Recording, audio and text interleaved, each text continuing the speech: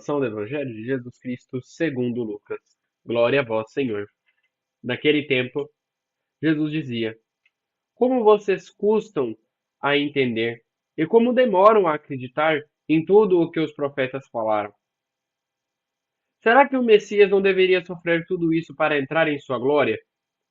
Então, começando por Moisés, continuando por todos os profetas, Jesus explicava para os discípulos todas as passagens da Escritura que falavam a respeito dele. Quando chegaram perto do povoado, para onde iam, Jesus fez de conta que ia mais adiante.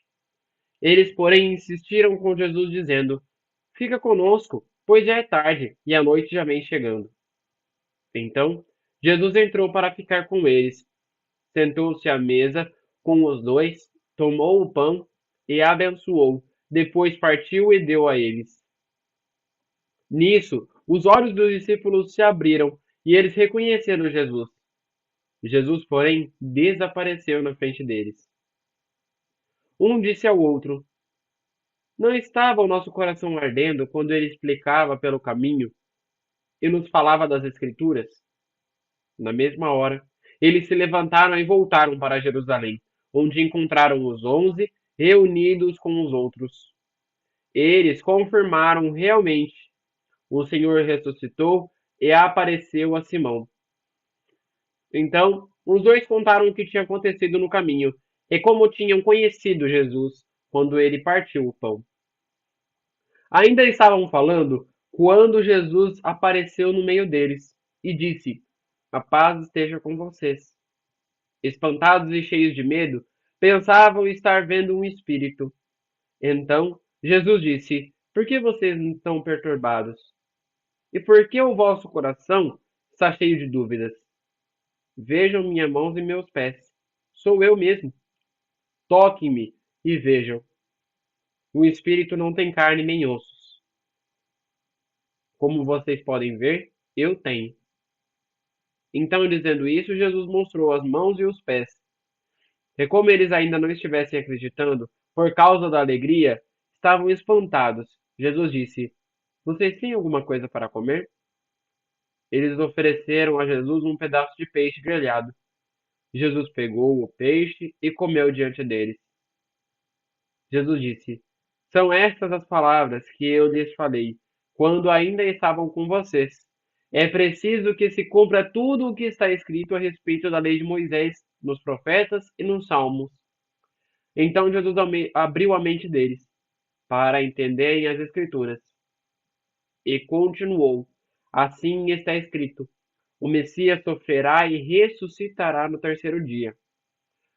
E no seu nome serão anunciadas conversão e perdão dos pecados em todas as nações, começando por Jerusalém.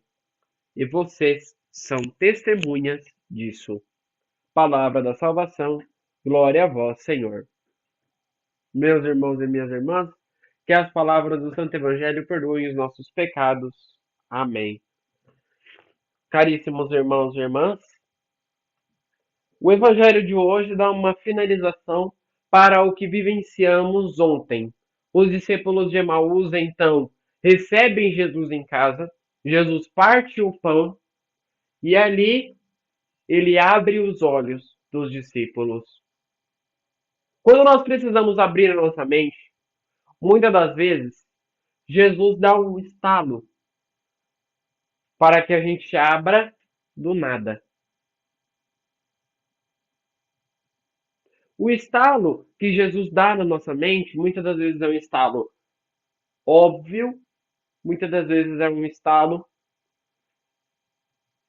que a gente não vai perceber que é ele. No evangelho de hoje, eles realmente percebem que é o Cristo ressuscitado. Os discípulos chegaram em casa e convidaram Jesus para entrar. Jesus então entra, porém eles ainda não sabiam que era Jesus. Então eles preparam alguma coisa para comer e ambos se sentam. Sentam um de um lado, outro do outro lado da mesa, e Jesus milagrosamente fica onde? No centro. Isso é muito importante. Jesus se senta ao centro da mesa, na ponta da mesa. Ele parte o pão. E quando ele está fazendo a oração e partindo o pão, eles lembram de Jesus.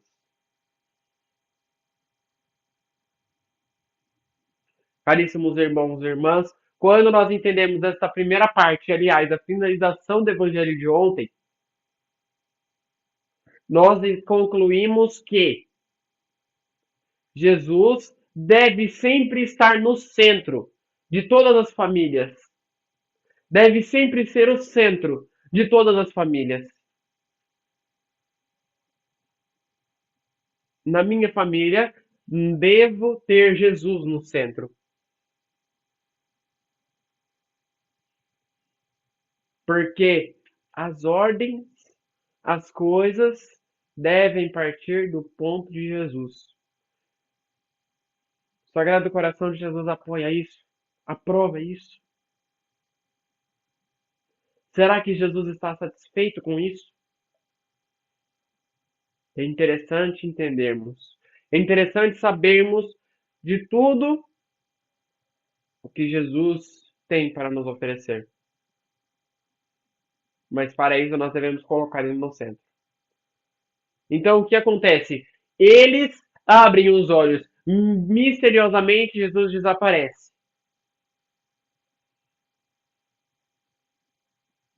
Então eles retornaram para Jerusalém e conversaram com os outros discípulos que estavam reunidos.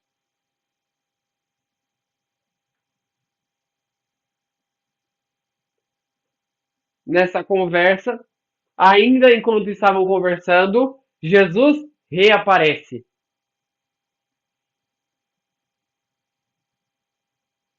Que coisa maravilhosa! Jesus faz de tudo para fazer com que os discípulos acreditem nele, para fazer com que os discípulos creiam em Jesus. Ele faz aquilo que está ao seu alcance. Ele não desiste de nenhum dos que lhe foi confiado. Que coisa maravilhosa. Um amor poderoso é exatamente isso. Você pode descobrir se a pessoa é seu amigo ou não, se ela está disposta a entregar a sua vida para te ajudar. Olha que coisa forte. Aqueles que não estão dispostos a realmente ajudar, aqueles que não estão dispostos a ouvir, aqueles que não estão dispostos a entregar-se, não são amigos de verdade. Um amigo de verdade é aquele que se entrega, é aquele que se ajuda, é aquele que está disposto a falar, mas também está disposto a ouvir. E que quando fala, fala a verdade. Isso é um ponto muito interessante. Você não pode escolher amigos porque o seu amigo fala coisas boas de você, mas você deve escolher amigos que falam a verdade de você. Porque a verdade muitas das vezes é dura, muitas das vezes machuca, muitas das vezes dói, mas é a verdade. É melhor do que você escutar a mentira e por detrás escutar a verdade. Isso é pior. As pessoas que dizem ser seu amigo e diz: "Ah, você é uma boa pessoa. Você faz tudo certo." E aí é você sair de perto. Nossa, cara, como fulano é ruim. Pelo amor de Deus, não suporto esse crânio. O cara chato. É, existem esses tipos de amigo. Porém, Jesus é aquele amigo esperançoso. Ele tem a esperança no coração de que ele vai conseguir trazer a chama da esperança no coração dos discípulos também. Ele já tem essa esperança e ele quer compartilhar essa esperança com eles. A esperança da ressurreição. Jesus então começa a dar testemunhos. Olhem para as minhas mãos. Um espírito não tem carne, nem ossos eu tenho. Olhem para os meus pés.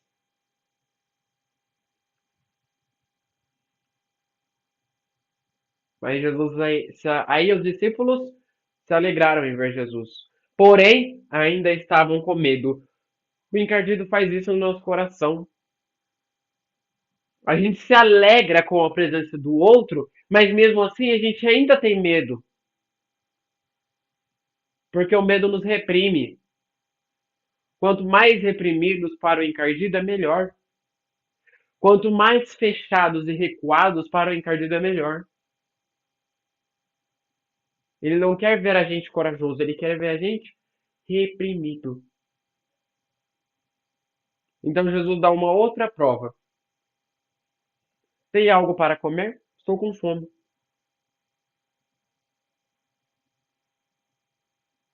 Então Jesus se alimenta. Jesus não precisava fazer aquilo, já que ele já tinha morrido e ressuscitado. Porém, ele fez. Para que os discípulos acreditassem totalmente e fosse uma fé de ressurreição, era necessário provar até o último instante. Um amigo de verdade faz isso. No final de tudo, Jesus relembra os discípulos mais uma vez. Ele já relembrou no dia da ressurreição, já relembrou ontem com os discípulos de Emaús, e hoje ele relembra de novo. O que ele relembra? O Filho de Deus deve sofrer, ser morto, crucificado, mas ressuscitar no terceiro dia. E ele diz ainda: é preciso que vocês compreendam as Escrituras. É preciso que acreditem nas Escrituras. Mais um ponto do Evangelho de hoje. Para que nós acreditemos em Jesus, para que nós consigamos exprimir Jesus ao máximo, nós precisamos acreditar na palavra dele. Uma fé sem oração não é uma fé viva. Uma oração sem ação não é uma fé viva. E uma ação sem oração não é uma fé viva.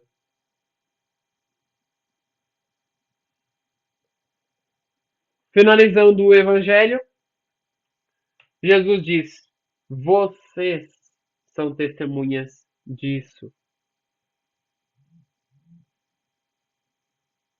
A maior testemunha é quem está conosco com a pessoa, é quem está junto da pessoa.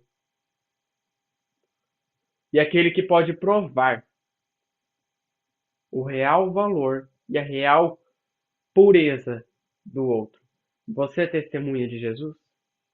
Você está com ele em todos os instantes?